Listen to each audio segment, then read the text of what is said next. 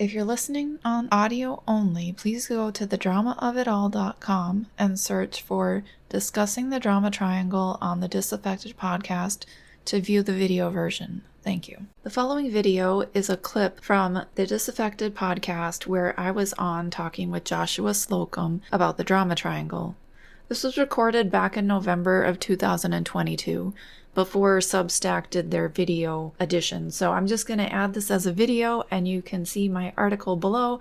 It's the same thing that I put up back in 2022, but if you're new, then you might want to check it out. I leave links and more discussion in the article. So if you want to listen and then read more about what I was saying, please feel free to do so. If you want to watch the full podcast episode that Joshua did, you can look at that link in the article below. I hope you enjoy this. Welcome back.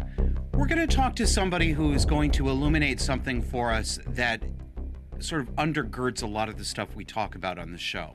Barbara Wegner is a life coach and a writer. She's somebody I've known online for about a year and a half now. I've had a lot of conversations with her, and I don't know anybody who is better at explaining this extremely common dynamic that ends up putting us into psychologically abusive situations than Barbara. So I'm going to bring Barbara in, and she's going to talk to us about what's called the Karpman Drama Triangle. Thanks for joining us, Barbara. Thank you for having me on here. So that's great. This is such an important topic, I think, for people to understand because you said it's common. It's everywhere, just everywhere. So I wanted to just briefly explain the Karpman drama triangle. It starts with a savior or rescuer. He called it rescuer. I say savior because of the savior mentality. I think that's a lot easier for people to understand. And there is a persecutor who is supposed to be persecuting the victim. And so these are roles that people take on. They don't necessarily have to be true. So a lot of people may agree with you, but it's debatable whether or not it's true. And so some people... Whether or not you're actually a persecutor, right, or actually a savior, or actually a victim. So for those who can't see it, we've got a graphic up here. But I want you to imagine a triangle with three people. They're each in three. They're at the 3 points of the triangle, and this is the three-person triad that we're talking about: persecutor, savior or rescuer, and victim. Back to you, Barbara. Yes. And there can be multiple people. So like when you talk about the flying monkeys, experience, a persecutor can grab in more people to join them too, right? But the drama triangle really is requiring you to have either a lack of responsibility yourself or saying that somebody else has no responsibility. So if you actually took personal responsibility or expect other people to take personal responsibility, then you wouldn't end up in these sorts of situations, these dramatic, conflicted, interactions with each other. So personal responsibility is the big thing with all of this. And so the drama triangle is actually where people are shifting responsibility from one person onto another. And so this is also called scapegoating or blame shifting when you put that responsibility onto the persecutor versus somebody else, the victim. This doesn't mean that anybody who's been victimized in the past is always playing victim. I want to be clear about that, right? So if a woman went out late at night and she got raped, the rapist is at fault and should go to jail. There's responsibility is on that person to not do that. However, there are certain things sometimes that somebody in that situation, the woman could have done differently. So like going out with a friend, being more careful about certain things. There's certain responsibilities that somebody can take on. So this isn't about blaming a victim because the responsibility is for that act is on the rapist in that situation. So there are times when somebody is actually a victim of a crime and things like that, right? I'm not trying to victim blame. But, there's a certain time when you're in a situation where you can either sort of play this victim and hold on to that victim mentality for the rest of your life and just claim it and go forward and always complain about men, exaggerate rather than just one person, right? You could exaggerate it onto all men. Now, all men are pigs because of this one person, right? So that would be playing the victim. And that's where you can stay in this victim mentality for the rest of your life, or choose to take personal responsibility. And if you have issues related to this, getting counseling and things like that. So you can take responsibility for what's going on in your current situation rather than stay focused. Go on. Yeah. Would it be accurate to say that there are times in which we find ourselves in this triangle, and it's sort of a natural place to find ourselves in because we were actually victimized, right? And we might actually be wanting somebody else to help us be a savior, be a rescuer. But there are other times when we make up these roles both for ourselves and other people. So would it be accurate to say this dynamic can occur either as the result of an actual harm, an actual victimization, or it can be us slotting ourselves into that to meet different emotional needs. Is that right? Yeah. Yes, very much so. So a lot of the times, like, I've had situations where somebody has thought of me as a victim that they needed to save. And so they've jumped into the situation and they're trying to attack somebody else. That's another thing. If somebody's trying to rescue a victim, sometimes they go into attack mode against who they think is the persecutor, but it's actually flipped, that they're the ones persecuting the other person, right?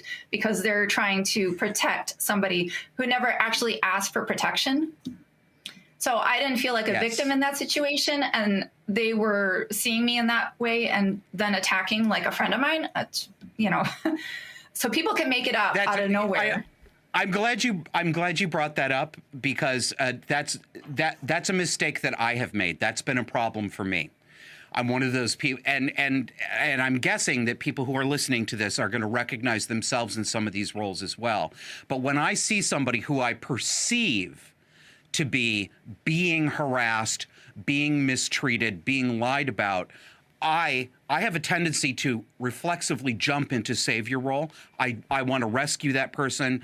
I don't want them to be hanging out there without any support from the sidelines. And just like what you just said, Barbara, I've sometimes done that on social media only to find out that the person I was screaming at was actually that person's friend, and I just didn't understand the tone of the conversation. Right. Yeah. And so I've said that before. So many people actually are trying to take on the savior role towards people who don't even need saving.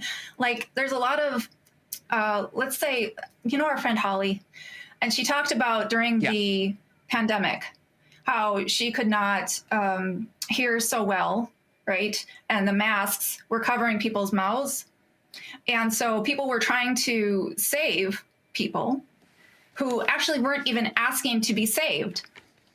And so they were requiring these masks that were actually then sort of jumping into the persecutor role, where we're going to keep things actually worse for you, by requiring all these masks, which make it actually difficult to hear because you can't read lips as easily.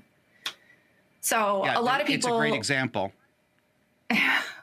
They just don't even consider the fact that maybe I shouldn't even be jumping into this situation. Maybe I should just leave it alone. I think that when you're in the drama triangle, there's a relationship. Yeah. Go ahead. When you're in the drama triangle, you get you love the drama. You love to get in there. You love to jump into situations and get your hands sort of dirty into the situation. Whereas people outside the drama triangle, they just do their own thing.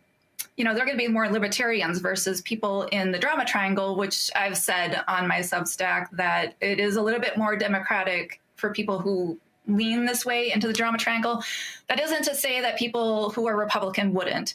And I will get into that, how it can be flipped, the drama triangle. Like I've mentioned, people switch roles very quickly, and you can see it from two different perspectives, like a mirror. Was there anything else? Now, there's a connection between the drama triangle and what we call woke politics and woke culture these days. Let's talk about that. You've got some material on that. Okay. Yeah, so we can bring up the taxonomy chart, and Michael Schellenberger and Peter Boghossian created this. And so I definitely want to give them credit for it because it's amazing. Yeah. Thank you. Yep. And for listeners, Michael Schellenberger is a writer who writes on climate change. He's one of the skeptics of the extremists. Peter Boghossian is a philosopher. And so there's different categories on here, like racism, climate change, the transgender community, crime, mental illness, drugs, and homelessness. And I'm not going to go through every single one of them here, but I just wanted to give an example where you can see that all of these different social justice causes can actually fit into the drama triangle. And so if we could zoom into the racism one here, we can see that there's different columns here. So there's original sin and guilty devils, myths, sacred victims, the elect, and supernatural beliefs. It does go forward onto other columns here, but I'm just going to zoom in here on these. And the guilty devils, if you could zoom in on the racism one, there's white people and police in this particular situation. And so the guilty devils would be the persecutors in the drama triangle, right? These are the people who, if you believe that, there's systemic racism, the persecutors are these white people who are keeping people of color down by not giving them as great opportunities or wages or whatever you think is keeping them down. You think the white people and the police are the ones who are doing that. And then go to the next one too. Did you want to say something, Josh? No, go ahead, please. Okay. And here are the sacred victims. And of course, the sacred victims for this, there's Black people and people of color and Indigenous people. And so the victims, obviously, this goes along with the victim role. And if you could go to the next one, there's another column, which is the next slide, please. The elect. Oh, no, I'm sorry. You were on it. The elect. Okay. Yeah, there we go. So there's, Coates, Kendi, D'Angelo, Black Lives Matter, and critical race theorists. So these are the saviors. These are the rescuers. Right. The elect is what he calls them in this chart. But these are the people who are coming in to try to save things, to fix things. And you'll notice that a lot of the times the critical race theorists are actually white people, sometimes white women, more probably particularly liberal women. And so they are the ones who are coming in to try to explain how this is just horrible, racism and horrible, and they're going to try to fix it by being these allies. And so these are the people that are the saviors. And I've actually mentioned on the drama triangle, it says savior or rescuer. And I think warrior also gives that same idea that you're going in to fight a battle. And so social justice warriors, that's the role that they are fitting into when they are taking on that social justice warrior name. And so if you see somebody with the SJW title, then it's going to be a good chance that they're going to be seeing themselves as a savior here. It seems to me, and tell me if it seems this way to you or not, but it seems to me that in our era, in our context with social justice warriorism, with wokeism, that there are more people who want to be saviors than there are actually people who believe themselves to be victims. I would agree with that totally. Yes. People are what they're getting out of this is this feeling of social media credit, I think, and just puffed up, belief. And there are a few people who want to be coddled, who want to take on that victim role, who want to get the social media points too for playing victim and say like, oh, I did this. And this happened, the wound collecting, as you have mentioned in the past. But yeah, there's a lot of people who are trying to be these saviors. And I think that it is like an idea of ignoring their own fears and anxieties and issues. I think that a lot of the CRT folks may actually have some racist ideas. I mean, you can see this when they're saying like Black people aren't smart enough to get ID or something, like they don't know how to use a computer. I think Joe Biden has said a few of these things in the past. No, Barbara, they don't have access. Right, they don't have access. They can't access the DMV. and so there's a bit of bigotry racism of low in expectations. there. Yeah, and so I think that they are ignoring their own racist ideas and projecting it onto everybody else so that they don't have to come to terms with their own racism. And that probably works for every other category, for these saviors. It's just ignoring fears, and the people are trying to control guns. I would say that's a fear of guns that they should be working out themselves rather than forcing other people to not have them, for self-protection. I think that there's a lot of projection going on of what is actually their own issues onto other people so that they don't have to deal with their own issues. And if you wanted to go... Projection and reversal are the name of the game these days. Right. If you wanted to go to the next screen on there, I talked about climate change too here, and climate deniers is under the persecutor role. No, whatever he said it was, which guilty devils. That is just to believe differently. And all of a sudden you are now a persecutor. You are somebody who we cannot agree with. And I think the same thing goes for the vaccines and the masks and things like that. As long as you don't believe the same thing, then you are a persecutor because you are not with us and you're not playing victim for us to save you. If you're not going to play our drama game and if you're not going to be the victim for us and you're not going to agree with us and play with us as saviors, then you've got to be a persecutor because that's the only spot left. And they can't see outside of this drama triangle. Go on. It reminds me, I think what's going on there is splitting. We talk about this in terms of borderline personality disorder, but other people split too. Black and white thinking, all good or all bad. You're either a persecutor or you're a savior. You're either an ally or you're an enemy, And you said something a moment ago that I want to pick up on again. You said, if you don't believe the things, if you don't feel this way, that's exactly it. Don't we all feel, don't you feel, I certainly do, that we are being monitored by people like this for the rectitude of the emotions we experience? We're being held to a standard. If you don't feel these emotions, there's something morally wrong with you. They dehumanize you. Yes. They put you into the persecutor role, which is taking away any humanization for you whatsoever.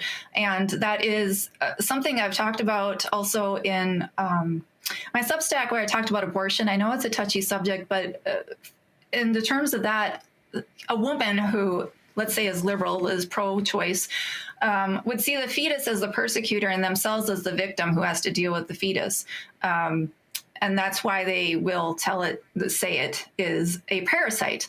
That is the dehumanization of the fetus. And I'm not saying that there isn't a flip, because the Republicans will also say that the fetus is the victim and they are the persecutor. And so I know that there's mirrors as far as this goes. Every single relationship that we're talking about here could be mirrored in a different way. And I think I hope that everybody does look at themselves first before looking at other people and say, like, oh, yes, I know this person's doing this and I know this person's doing this. Oh, where am I doing this? Because we all fall into this at some point. Go on. And how do you do that? For example, how would you suggest to people, how do they look at themselves and say, hey, let me step back here and let me see if I'm engaging in this dynamic. Am I playing a stereotyped role in this triangle? Do you have a thought? I've thought about that myself. I'm sure you've probably thought about it for yourself. What do you suggest for people?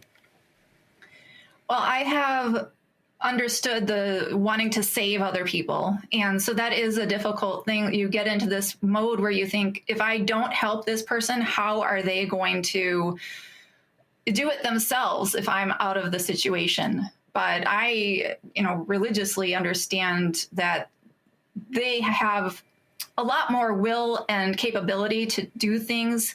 So when you back away, you'll notice that some people, they end up finding a way to do it themselves. And so you're sort of coddling them. It's actually a very codependent relationship when you're trying to save somebody who, maybe they actually want to be a victim, and you're saving and they're being the victim and all that. It's a very codependent thing.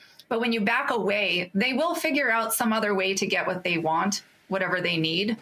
And so I just try to understand that they will find a way, because I know what's happened in my past. If I like to look back at my past and see how that's happened.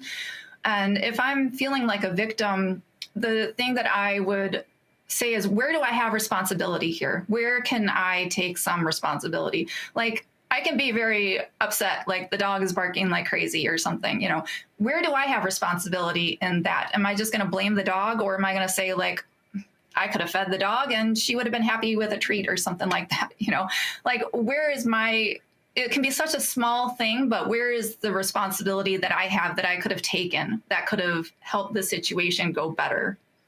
So I think that helps a lot. The persecution thing, most people don't see themselves as a persecutor. It's usually when you're trying to save somebody that you end up in that role. Yeah. So you're saying that when you try to save somebody, you end up becoming a persecutor? Yes. A lot of the times, if you're trying to save them from something else, a lot of the times you're going after whatever that is that you've perceived was the persecutor of that person. Right. Well, I guess my own example is probably an easy one. Me jumping in on social media trying to defend a friend from insult and calumny, only to discover that I'm screaming at that person's other friend, and this is the tone of the relationship they have with each other, and nobody was getting bent out of shape in the first place. So I ended up being the persecutor to their other friend. Right. Yeah. I'm glad you can see how that works out. Yeah, it does. And we just got to take a step back and say, like, is this person really needing help? And the other thing is, if somebody needs help, they'll ask. So another thing is, whenever I feel like, oh, I wish I could help that person, if they haven't asked me for help yet, I will just sort of take a step back and say, well, they're not asking for help. They might not actually want help. And just try to remind myself of that they're capable, they can figure some other way out for that. There's an interesting column on the woke taxonomy chart that I'm hoping you can dig into a little bit more. It's labeled supernatural beliefs. Yes. And so on the racist portion, it says math is racist. White people borrowing elements from other cultures is theft, like cultural appropriation. And culture doesn't matter. Racism is bad as ever. These are things that they believe that could be questioned.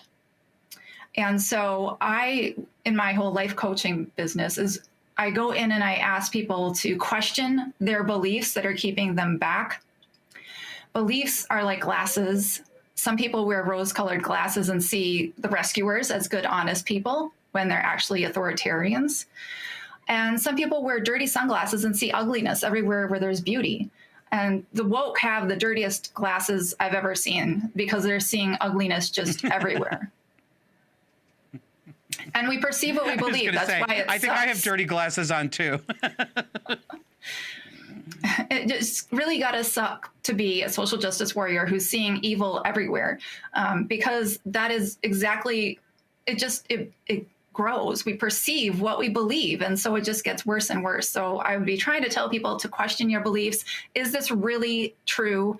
And I think there's a lot of ways that people could question those, but obviously some people want to play victim. They want to stay as a savior. They want to do that. But for the people who want out of the drama, they can question these beliefs and they can actually exit the drama triangle with things like that, with questioning.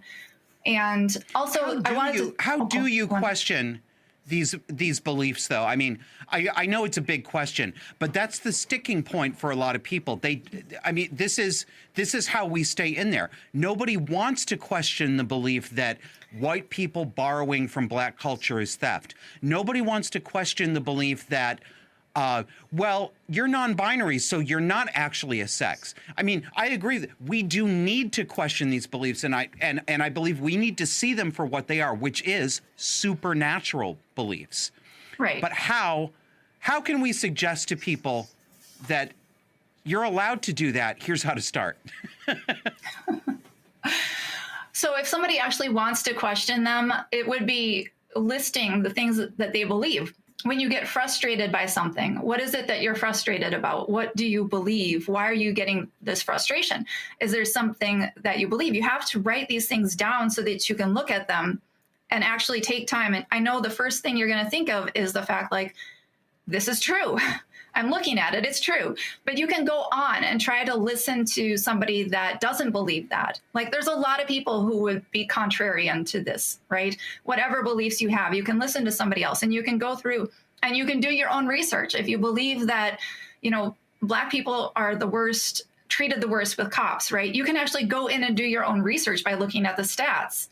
And so you can question them and look at what's the stats say versus what does a newspaper say. I know the newspapers are not always going to be accurate, right? Because they've got their own savior complex going on. The news reporters. It's very difficult to do. It's very difficult to do it. Well, I mean, you can do it, but I guess the difficult part is, will your conversational partner freak out? And the answer is often yes, because these are supernatural beliefs. And if you challenge a supernatural belief, you're making a statement of blasphemy or heresy. That's the way that people experience this emotionally. Right. But I don't suppose there's any way around that. Well, if somebody is really, really in the drama triangle and you want to take them out of the drama triangle, you're actually coming in as a savior trying to save them because you think they're victim to the drama triangle, right? So we have to take a step back and say that they actually have to take the personal responsibility to actually question the beliefs themselves if they want to. Until then, they're going to have to hit rock bottom before they will. You can't save them. Thank you. Very clear statement. I'm really glad that you underlined that because it's the lesson I think we all need to learn. It's a lesson that I needed to learn when I was being a savior for somebody who was not actually persecuted, which I've done many times with many different people, and a lot of us have done that too. I guess I sort of asked you a question that I hate being asked myself, so I should take ownership of that, because the answer often is you can't. They have to be willing to do this. You can only take yourself out of the drama triangle. You have to accept if they wish to stay there, they are going to stay there. Right. And that means you have to walk away. There's no more work to be done right here, right now. Right. Exactly. Yep. And you're miswanting them to get out of there. So I've talked about miswanting. It's when you think that you want, when you say you want something, it means that you think that having that thing would make you feel better. But like if you want to try to get somebody out of the drama triangle, you're just stepping back into the drama triangle, like as a savior, right? So that's not actually what you want. And you do want people to take personal responsibility because that is what's going to actually get them out of the drama triangle themselves. It's just they have to hit rock bottom before they see that they want to get out. So a lot of times we are miswanting things. And I wish that people would understand that. So that's why, I wanted to talk about that here in the show. And so you can bring up the chart for life satisfaction. This is just another example of something where people think they want something. So this was a study done. You can see the source down below. And it was a study done on German women. And it's life satisfaction. This is the baseline. So on the left-hand side, the 7.2 is actually just sort of a baseline. And it goes back to baseline at 4 on the 4 towards the right side of the chart. But before marriage, their life satisfaction was going up. Just like when you're getting engaged, you're really excited. You're going to have these engagement parties, bachelor parties, and the wedding planning and all that stuff. And you're all so excited about being able to get married. And so, yes, life satisfaction goes up when you're getting married. So in the 0 in the middle right there is getting married. After marriage, after the honeymoon, the life satisfaction goes back down because the excitement is over. Everything that people were excited about, everybody was congratulating them. Everybody's saying, wow, this is so great. Here's a present, and just loving on them, sort of like a love bomb. There's this whole everybody's in to congratulate you and you're the life of the party. Everybody's looking at you, right? Before marriage. After marriage and after the honeymoon, you're home and you have to get back to real life and people aren't there cheerleading you on any longer. And so what I wanted to talk about is how this relates to transgenderism when people do the gender surgery, right? So people go into this thinking that everything is going to be amazing. Everybody love bombs them. As soon as somebody says, I want to be a boy or a girl different than what I was, then everybody starts to come in and there's news media about it in so many cases. And there's friends and family, showering affection in groups and everything. I mean, the same could be said for the mother or the parents too, that they're going to get this affection too. And so there's all this hype and expectation. And then after the surgery, when they come home, nobody else is there with them to be giving them all this love and attention. And they have to deal with the actual results. Now they have to deal with real life. And I would predict, based on this chart, that their satisfaction would go down afterwards. And so I think that when, I forget who it is in our politics in Washington, who really says that transgender surgery is going to help these children, I don't really think that they're looking at these sorts of studies that say that it's going to go down. And you can bring up the last slide where we talk about the graph. Yes, from Von this is a good Soest. This is about cosmetic surgery. I actually have the conclusion. I should probably read that here. This was a study, and the conclusion was a series of mental health symptoms predict cosmetic surgery. Cosmetic surgery does not, in turn, seem to alleviate such mental health problems. So there are mental health problems in people who want cosmetic surgery. But after the surgery, the problems actually get worse. So it shows before the surgery, the suicidal ideation is like 0.3 on the left-hand side there. And then after the surgery, it goes up to 0.47 or 0.48 there. It goes up. Suicidal ideation goes up after the cosmetic surgery. And alcohol use all of the up. Negative things on this go up after the surgery. All the things that people say will get better in their lives actually get worse. Right. They're miswanting the surgery. They think it's going to help them, but then after they're done, they get back to real life and it's not. It hasn't helped them. Even the physical appearance scale. So obviously it was low for people who want to have cosmetic surgery, but it gets lower. It gets worse after the cosmetic surgery. They feel worse about themselves. And this was a study that obviously I don't think it was about transgenderism. It's just about cosmetic surgery. But why can't we extrapolate? This is something. Well, I think we can, and we have to extrapolate because, of course, we know that the transgender advocates don't want this kind of study replicated. They don't want this kind of good, actual, specific work done because they know what they'll find, and what they'll find is either exactly like this or far, far worse. Right. Than just, what we call plain old cosmetic surgery. Right. I mean, this is cosmetic, and they're talking about sterilization. So it's going to be even worse. Yes. It's going to be even worse. Barbara, I want to thank you for coming on and explaining this because the drama triangle, I think, is as important to understand for anybody who cares about understanding why we get into thwarted emotional dynamics, abusive psychological dynamics, people who have an interest in cluster B and cluster B dynamics. The drama triangle is as important as understanding the narcissistic reversal, which is the other mainstay that I hit on this show all the time. And you did a really good job showing how it's relevant. Tell the audience where they can find you. I know you've got a Substack called The Drama of It All. Where else can you be found online? I have a website called asabovebelowloa.com, and there's a social media tab if you want to find my social media. And I have a channel called Hacking Your Life on YouTube, and it's also on Odyssey and Rumble. So I think that's a good starting point for being able to find me. Yeah. Thank you. Excellent. And we'll have links to where you can find Barbara within the show notes underneath this when it comes out. So, Barbara, thank you very much again for joining us. I really appreciate it. You're welcome. Thanks for having me. And that's the show, folks. Thanks for joining us. We'll see you again next week.